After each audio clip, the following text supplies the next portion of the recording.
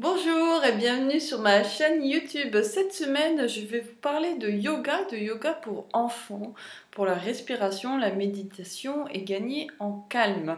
Le premier, je fais du yoga avec des comptines et des mouvements pour se relaxer de Gilles Dieterich, qui est musique thérapeute et relaxologue aux éditions Nathan. Le petit livre est fourni avec un CD qui est inséré ici.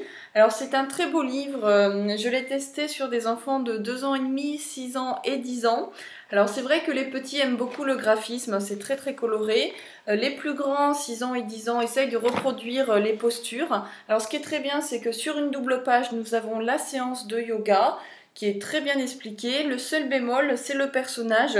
La morphologie fait qu'on ne comprend pas vraiment sa position et dans le détail les gestes. On manque un petit peu de précision dans les postures, mais après c'est vraiment très facile. Toutes les séances sont autonomes et on peut piocher comme ça un petit peu à l'envie. Et pour les plus petits, c'est aussi un beau livre d'images.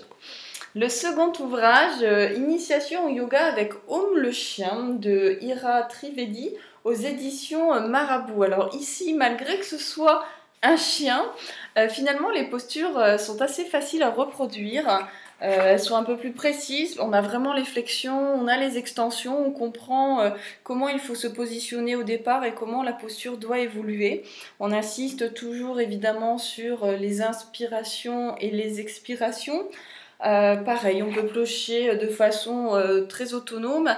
Avec les tout petits 2 ans et demi, j'ai essayé la pince assise et la position du lotus qui sont vraiment faisables. Pour les grands, on peut tout essayer, trouver un moment calme évidemment. Donc c'est pas, voilà, faut laisser ce livre vraiment à disposition des enfants pour être un petit peu à leur demande. Ici, le seul bémol, c'est que les séquences, on doit tourner la page. Par exemple, ici, la chandelle. Voilà, nous avons la suite de la position ici. C'est le seul petit bémol sur cet ouvrage. Et le troisième ouvrage, Les méditations de super-héros de Louis Legrand, illustré par Bettina Brasco. Alors, sauf erreur de ma part, il s'agit d'un livre auto-édité. Ici, j'étais vraiment attirée par ce parallèle entre méditation et super-héros. C'est un livre complémentaire aux deux autres, puisque en méditation, on insiste vraiment sur le rôle de la respiration ventrale, le rôle des inspirations et expirations profonde pour aider justement à relaxer l'enfant, pour aussi l'aider à se concentrer. C'est un livre qui est très bien fait. Alors ici, nous ne sommes pas sur un livre d'images, nous sommes plutôt sur des séquences, donc c'est aux parents d'accompagner son enfant.